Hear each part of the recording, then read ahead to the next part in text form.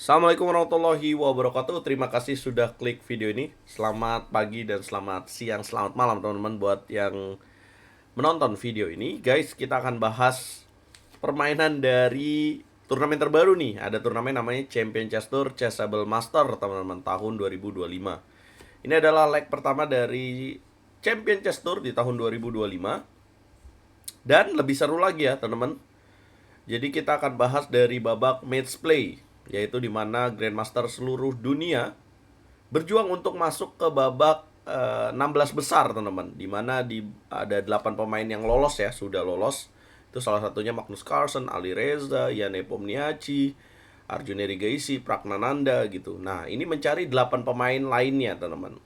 Jadi berjuang dulu sampai ke 15 besar, kemudian diadu lagi teman-teman, sampai mencari 8 yang lolos, yang akan menjadi lawan-lawan peserta yang udah lolos teman-teman, kayak Magnus terus Ali Reza. Nah, kita akan bahas permainan dari Dubov yang udah lama kita nggak ngeliat nih. Akhirnya dia bertanding lagi guys. Akurasinya cukup tinggi dan pasti ada langkah brilian dari Daniel Dubov melawan Leon Luke Mendoka. Kita tahu Leon Luke Mendoka ini adalah pecatur dari India yang bermain di Tata Steel. Dia memulai dengan langkah kuda F3. Ini permainan secara daring dan format waktunya 10 detik tanpa increment. Jadi ini format baru dari Champion Chess Tour yang biasanya ada increment 10 detik, ini nggak ada guys. Kuda F3 dimainkan, hitam menjawab dengan langkah kuda F6, putih C4, hitam E6. Kemudian putih mainkan langkah B3, hitam B6. Kemudian putih G3, hitam gajah B7. Ini adalah English opening ya, Anglo-Indian. Kemudian putih lanjutkan dengan gajah G2, hitam C5, putih gajah B2. Jadi setup dari Daniel Dubov bermain dengan dua gajah Fianchetto atau Fianchetto ya. Dua gajah yang langsung keluar lewat sayap. Kemudian hitam respon dengan gajah E7, putih lanjutkan dengan rokade, hitam lanjutkan dengan rokade. Putih lanjutkan mengeluarkan perwira, kuda C3, hitam A6. Ya, apa langkah berikutnya yang dimainkan oleh Dubov? Dubov mainkan langkah benteng E1. Tujuannya mau E4. Hitam merespon dengan langkah D6. Tidak ingin mematikan kekuatan dari gajah B7. Kemudian putih E4. Hitam kuda ke petak C6. Putih bongkar lagi dengan D4. Pion makan pion. Kuda makan pion. Kuda makan kuda. Menteri makan kuda. Nah, ini nih ancaman ideal dari putih. Ya, kemudian hitam menjawab dengan langkah menteri C7. Putih lanjutkan dengan benteng A ke petak C1. Hitam benteng A ke petak B8. Dan kemudian putih jalan H3. Ya, tujuannya apa? Bisa mencegah kuda ke petak G4. Bisa juga idenya untuk G4, G5, menekan kuda yang menjaga petak atau menutupi petak G7. Hitam kemudian merespon dengan benteng F ke petak D8. Ya, tujuannya jadi benteng aktif dulu, kemudian ketika diusir dengan G4, G5, kudanya di petak E8, teman-teman. Langkah ke-16, putih memindahkan benteng juga ke petak D1, hitam mainkan langkah kuda ke petak E8. Solid juga ya hitamnya. Persiapan dia berikutnya, gajah keluar ke petak F6. Putih merespon taktis, menteri mundur ke petak E3. Dan hitam di sini menarik ya, mainkan langkah gajah C6. Kesalahan dari hitam. Ya, teman-teman coba tebak apa langkah terbaik putih. Nanti akan tahu kenapa gajah C6 salah. Dan ini adalah langkah brilian dari Daniel Dubov.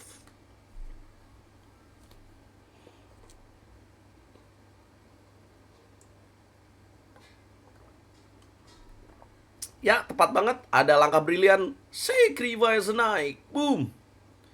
Apabila pion makan, maka pion C yang akan makan. Ada ancaman dari rook petak C1 mengikat menteri di petak C7. Ini namanya teknik ikatan atau bahasa Inggrisnya pin. Nah, harusnya sebagai pemain hitam bukan gajah C6, tapi yang lebih tepat adalah gajah ke petak A8. Saya kira tadi benteng ke petak B8 untuk gajah A8, tapi nggak tahu kenapa Leon lebih pilih gajah C6. Ya, kalau gajah A8 maka putih tidak bisa mainkan langkah kuda ke petak D5. Gajah C6, kemudian kuda naik ke petak D5, hitam merespon dengan menteri B7, rugi ya kalau makan. Kemudian pertukaran kuda dan gajah dilakukan oleh putih, kemudian menteri makan kuda. Unggulnya apa buat putih dengan pertukaran ini? Unggulnya adalah gajah yang menjaga pion D6 jadi lemah. Dan sekarang, lihat, aktif sekali gajah dari putih di petak B2. Kira-kira bagaimana putih melanjutkan serangan? Putih memulainya dengan benteng D2. Dengan ide menumpuk benteng di petak D1 menyerang pion D6. Hitam respon dengan menteri B7. Putih tumpuk benteng. Kemudian hitam coba bertahan dengan benteng D7. Putih A4, kemudian hitam geser benteng ke petak D8. Oh, belum. Hitam mainkan langkah tekanan dulu F5. Ya, dengan ide menekan gajah di petak G2. Putih merespon dengan langkah F3, pion pukul pion, dan hitam mainkan langkah E5. Ya, kemudian putih mainkan langkah G4 yang membuat evolution bar mungkin turun. Harusnya di sini ada langkah lebih tepat, yaitu dengan jalan H4. Apa tujuannya? Gajah ke sini guys, ganggu benteng. Jadi let's say di sini hitam mainkan langkah H6, maka bisa gajah H3. Apabila benteng geser ke petak E7, gajah A3. Jadi pionnya akan jatuh. Ya, Daniel Dubov tidak melihat itu, dan Daniel Dubov mainkan langkah G4. Kemudian hitam H6, kemudian putih H4, hitam benteng F7. Ya, Daniel Dubov sadar kalau sekarang dia sulit untuk mendapatkan pion di petak D6 ya. Dan sekarang ancaman dari hitam juga berbahaya. Let's say di sini gajah 3, maka ada benteng F4. Ini tujuan dari hitam. Apabila mengambil pion D6, maka kuda pukul gajah, benteng makan kuda, dan hitam akan bermain dengan benteng B ke petak F8. Walaupun kalah satu pion ya, tapi pion berikutnya dari putih akan jatuh guys. Apa yang dilakukan oleh Dubov? Dubov lakukan langkah brilian merah. Apa itu? Boom, blunder, benteng makan D6. Tapi secara permainan, kan pemain nggak tahu ya kalau ini posisinya unggul mana gitu, atau benteng D6 bener nggak sih gitu. Tapi secara, ya kalau kita bahas Michal Tal aja, partai-partainya zaman dulu banyak salahnya sebenarnya ya, kalau kita compare dengan engine. Nah, jadi secara experience bermain, kalau gue jadi Leon Mendevka juga kaget gitu. Wah, sacrifice benteng nih gitu ya. Kemudian hitam menjawab dengan kuda makan benteng, benteng makan kuda, takut sepertinya lawannya, dan kemudian benteng L8. Tidak menemukan langkah yang paling tepat. Apa langkah yang paling tepat buat hitam teman-teman kira-kira?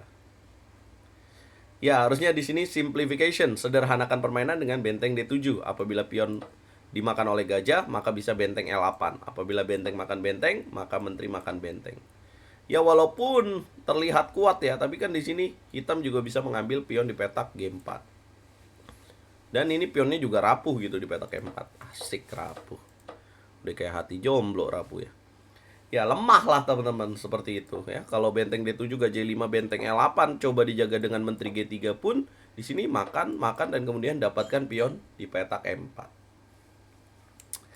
Nah, tapi itulah permainan ya, dan juga manusiawi dengan langkah benteng E8 tujuannya untuk jaga pion. Tapi jadi pasif guys. Ya jadi itu cara yang salah. Kalau kita merespon ancaman dari lawan dengan cara yang salah juga mendapatkan keuntungan untuk putih. Putih akhirnya lanjutkan serangan dengan G5, dan benar saja kemudian Leon Mendevka melewatkan taktik ya. Seharusnya di sini makan dan kemudian tetap benteng D7 langkah terbaik. Dia akhirnya memilih benteng F4. Ya, makin kecil keunggulan dari hitam dan berangsur seimbang. Kemudian putih makan pion petak H6. Hitam menjawab dengan gajah pukul pion E4, dan coba temukan langkah menarik dari Daniel Dubov di langkah berikutnya guys. Gila, ada taktik benteng G6. Wow ya. Kalau dimakan bentengnya, maka menteri di petak B7 kena. Ya, benteng G6 nih satu-satunya langkah bagus guys. Benteng G6, kemudian benteng menjaga benteng E7 karena ada ancaman Royal Fork. Dan berikutnya ada langkah brilian lagi yang dimainkan oleh Daniel Dubov. Tebak langkahnya. Boom, gajah makan pion E5. Kalau dimakan, Royal Fork tercipta ya, yaitu menteri F4 dulu lah. Kemudian benteng ke petak E7, makan G7, makan lagi. Ya, apabila gajah makan gajah, maka menteri F8, pion promosi skakmat. Ya, sementara kalau misalkan menteri makan pion di sini, maka menteri makan gajah. Gila ya setupnya. Gajah makan E5 jadi nggak boleh dimakan, dan kemudian hitam tidak memilih langkah yang tepat. Langkah yang paling tepat kemana? Benteng F5. Tujuannya kalau misalkan putih di sini makan pion, makan gajah di petak E4, maka benteng F makan E5. Apabila dapatkan menteri, dia dapatkan menteri lagi. Seimbang ini teman-teman, akan terjadi seperti ini. Walaupun pion putih banyak ya, tapi masih seimbang. Nah, karena panik, dia makan pion di petak H4. Coba temukan langkah terbaik lagi untuk Gukes, guys. Yap, menteri G5 menambah tekanan pada petak G7 dan menambah ancaman pada benteng. Udah kalah ya ini teman-teman. Dan kemudian Leon Lukmendoka pilih benteng H6. Apa langkah terbaik untuk putih untuk menang? Yes, gajah E4. Boom. Kalau menteri makan gajah, benteng G7, raja geser, checkmate. Sedangkan benteng makan benteng, jelas checkmate. Gajah makan gajah. Apabila ya di sini gamenya benteng makan benteng, menteri makan benteng, dan kemudian menyerah dengan sisa waktu 10 detik.